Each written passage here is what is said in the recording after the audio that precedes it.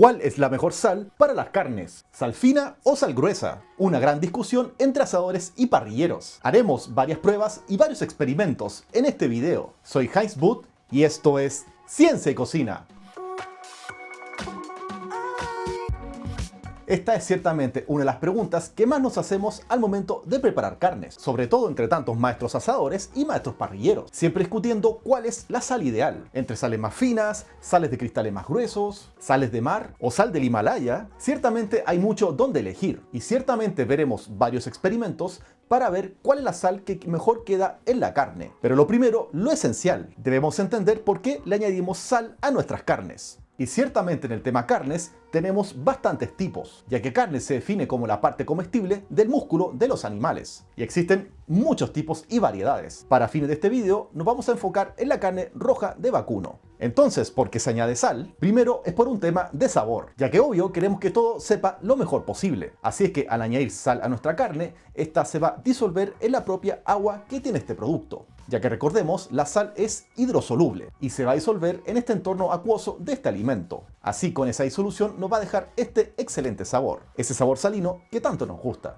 También la sal influye en el tema de jugosidad, pues claro, ya que la sal es muy hidrosoluble y también es higroscópica, o sea, le encanta la humedad. Entonces, por eso siempre va a buscar raptar este líquido. Así que cuando toca la carne, claramente va a disolverse y va a estimular que haya bastante más jugosidad, gracias a los propios líquidos de la carne. Y al haber sal en esta propia carne, va a influir en el masticar y va a estimular nuestra salivación. De esa manera sentiremos todo mucho más jugoso. Pero también influye en la terneza de nuestro corte. O sea, añadir sal va a influir si nuestro corte de carne va a ser más suave o un poco más duro. ¿Y cómo es eso? Al momento de añadir sal a la carne, sabemos que está compuesta principalmente por proteínas. Y cuando la sal toca este músculo, va a disolverse y va a reaccionar por sobre las proteínas. Las empieza a debilitar y va a influir en su coagulación. De esa manera ayuda a denaturalizarlo y sentiremos bastante más terneza en nuestro producto. Es un dato muy interesante. Por eso recomiendo añadir la sal con la mayor anticipación posible, ya que mientras más tiempo esté en contacto con la carne, mejor hará este efecto de desnaturalización de las proteínas. Así es que más terneza.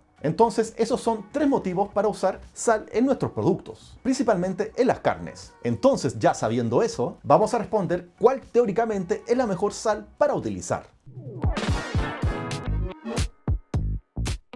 Para este experimento vamos a utilizar 4 tipos de sal. Más allá de su marca y variedad, nos vamos a enfocar en el tamaño del cristal que tenga, ya que ahí es donde va la discusión, cristales más finos o cristales más gruesos. Y en todas las sales que utilizaremos nos enfocaremos en que claramente sean sal, o sea, cloruro de sodio, ya que según normativa una sal puede considerarse sal, debe tener por lo menos un 97% de pureza de cloruro de sodio. Así es que aquí no entran en juego sales adicionadas o sales añadidas con otro tipo de condimentos, solo sal. Y poco influye si es sal de mina o sal marina, ya que nos importa exclusivamente el cloruro de sodio. Y esa es discusión para otro video. Entonces utilizaremos sal muy fina, utilizaremos una flor de sal, que es de un cristal medio, esta es sal de Cahuil, la tercera será una sal parrillera un poco más gruesa, y la última será una sal de un cristal bastante más grueso. Ahora, claramente esta sal rosada es la típica del Himalaya, que es solamente sal con óxido de hierro. No es ningún tributo holístico ni mágico, y nos importa exclusivamente el tema de la sal. ¿Y cómo avanzaremos en este experimento? Vamos a tomar una gran pieza de carne, en este caso es un lomo liso de vacuno, y de esta misma pieza de carne vamos a sacar todas las porciones y trozos. Y la carne que vamos a utilizar es de raza Angus certificada, que es de mis amigos de ICB Food Service.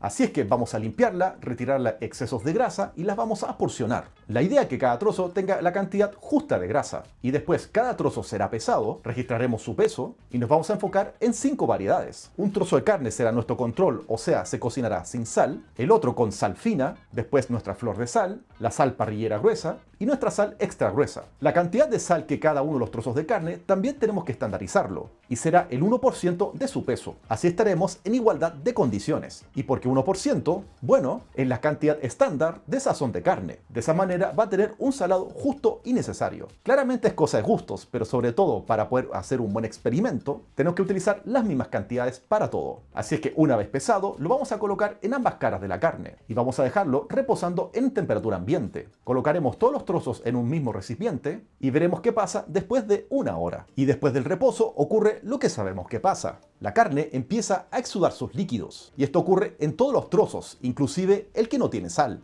y esto es el fenómeno de osmosis. Cuando la sal toca la carne, quiere inmediatamente disolverse en el agua de esta. Así que la superficie se disuelve y genera una presión osmótica para empezar a motivar a que exude la propia agua de la carne. De esa manera estimula las fibras y empiezan a exudar su líquido. Esto es un intercambio de solutos. Y como el entorno de afuera ya está húmedo, eso le permite a la sal poder penetrar hasta un poco más al centro. Por eso explica la extracción de líquido. Pero recuerden que el líquido cae por un concepto de gravedad. Así es que por eso pasa tanto en trozos que tienen sal como en trozos que no lo tengan.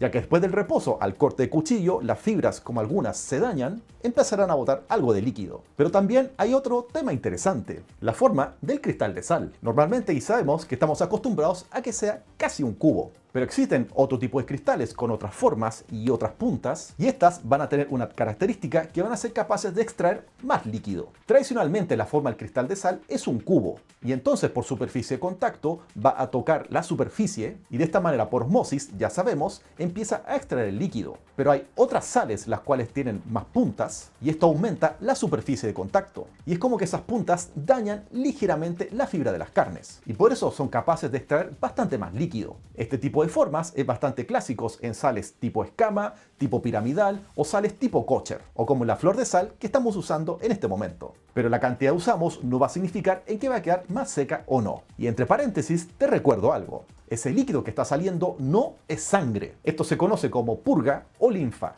que es simplemente el agua propia de los músculos de la carne. Y el color rojo es principalmente a la mioglobina, que es lo que le da el color a las carnes. Ya que si fuera sangre, además de agua y mioglobina, tendría otros elementos como glóbulos blancos, plaquetas, etc. Y por normativa no se puede vender carne con sangre, ya que es bastante peligroso. Así que ya sabes, este jugo de la carne, ya sea crudo o con cocción, no es sangre. Sigamos.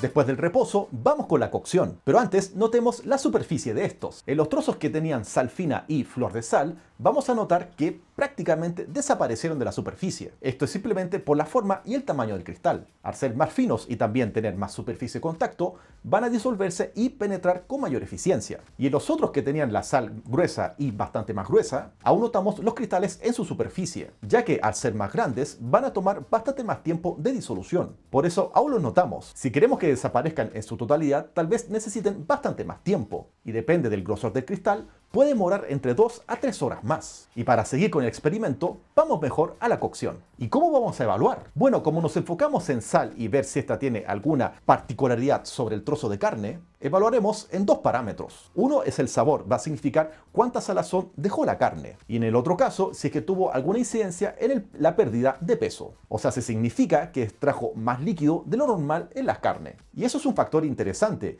ya que ¿por qué las carnes pierden peso? Recordemos que son una mezcla de agua y grasa. Y durante la cocción claramente notaremos una evaporación de la agua propia y una fundición de las propias grasas. Y al perder estos dos es cuando notamos que las carnes pierden peso. Y obviamente en cualquier cocción queremos privilegiar la menor pérdida de peso posible. Así que ahí veremos si hay alguna incidencia en esto. Ahora, claramente para eso, todos los trozos deberían estar perfectamente estandarizados, que significa que la cantidad de agua y grasa debería ser prácticamente la misma. Ahora sabemos que hay grasa infiltrada y grasa superficial, y la cantidad de agua que tenga cada músculo también puede variar. Aunque sea el mismo trozo de carne, en un extremo puede ser bastante más proteico y en otro un poco más blando. Así que por eso en los experimentos de carne tenemos que dar valores aproximados y generales. Ahora sí, vamos con la cocción. Los vamos a colocar en una parrilla donde controlemos bien la temperatura. Y para cocinarse todos al mismo punto de cocción. Y para controlar vamos a insertar unas sondas inalámbricas. De esa manera cuando nuestros trozos de carne logren 60 grados interno, los vamos a retirar. Así que cocinamos y después daremos la vuelta. Y mediremos hasta que tengan el punto de cocción que estamos buscando. Y ahora están listos. Los vamos a retirar y dejar en un plato y daremos un reposo de 5 minutos. Y posterior a eso vamos a pesarlos. Aquí en esta imagen vemos los trozos de la parrilla que lo estamos pesando uno a uno. Lo anotamos y los vamos a comparar hasta el final. Bueno, ¿y qué te está pareciendo este video? Si estás aprendiendo y te está gustando, recuerda suscribirte a este canal, activa las notificaciones y deja tu comentario. Tu apoyo es fundamental para que siga haciendo este tipo de contenido. ¡Sigamos!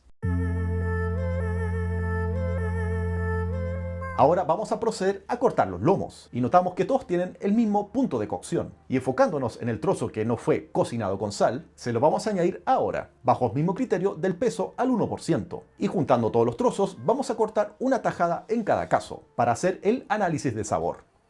Y después de probarlo, hay datos interesantes. Lo primero es que todos los trozos tuvieron un muy buen sabor, ya que todos tenían muy buena jugosidad, estaban bien húmedos y nada de seco. Y su terneza era bastante interesante, y en algunas se sintió un poco más blando. Y en otros casos el sabor variaba un poco, ya que dependía de cuánta grasa infiltrada tuvieran en el interior de cada músculo. Pero en general todos los trozos estaban bastante buenos. Pero donde sí hubo diferencias, vamos a verlo. Primero veremos el trozo que no tenía sal. Como le añadimos sal a la minuta, claramente tenía un buen sabor al inicio, pero en cuanto a equilibrio y balance total de salazón, era el menos equilibrado, ya que solo tenía sal en su superficie. Como se añadió a la minuta, no le dio tiempo de penetrar hasta el interior. Por eso era el trozo que tenía menos sabor en general. Y después el trozo que tenía sal fina, al ser este un cristal bastante más pequeño, su sal era bastante pareja. Todo el trozo se sentía muy equilibrado. Y curiosamente la textura de la superficie era el que se sentía un poco más blando, ya que recordemos que añadir la sal con anticipación nos puede ayudar a ablandar las fibras. Así que por eso me atrevo a decir que el trozo con sal fina era el bastante mejor logrado. Pero sigamos avanzando.